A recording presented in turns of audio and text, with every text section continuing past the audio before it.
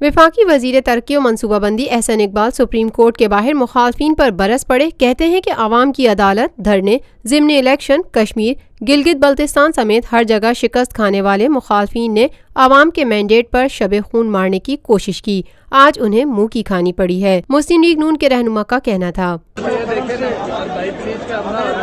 کامیابی حاصل ہوئی ہے اور وہ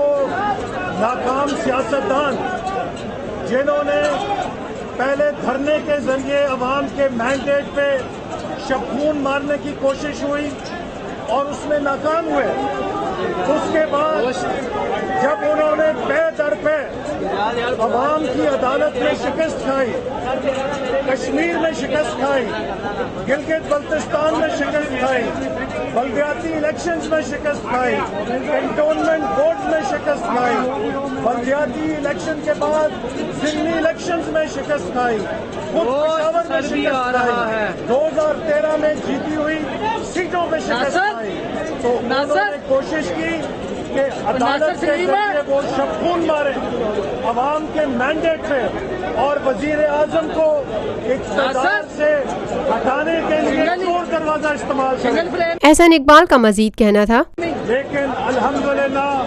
آج سپریم کورٹ نے اس سازش کو بھی ناکام بنا دیا ہے اور ان لوگوں کو جو پاکستان کے عوام کی بیلٹ کی طاقت سے منتخب ہوئے وزیر اعظم کو چور دروازے کے ساتھ شب خون مار کے ہٹانا چاہتے تھے، انہیں منہ کی کھانی پڑی ہے۔ اور جو اقلیتی مائنورٹی فیصلہ ہے وہ اس بات کا ثبوت ہے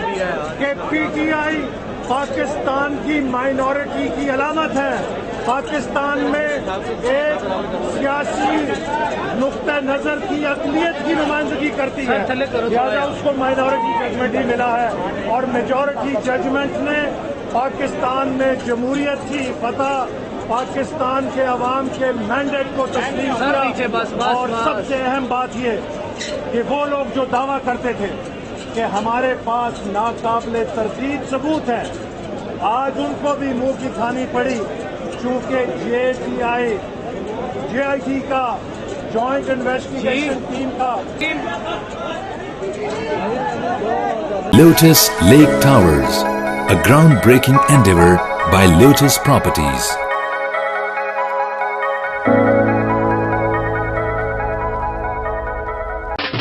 دیسی کھانوں کے متوالے ہو جائیں تیار، پاکستان کا سب سے بڑا بوفے ویکینڈ آ گیا ہے۔ 21، 22 اور 23 اپریل جمعہ، ہفتہ اور اتوار پاکستان کا دسترخوان سجائے گا دیسی کھانوں کا بہترین انتخاب فیئر ہال گارڈنز کراچی میں۔ جو چاہو جتنا چاہو کھاؤ۔ #PKDKHI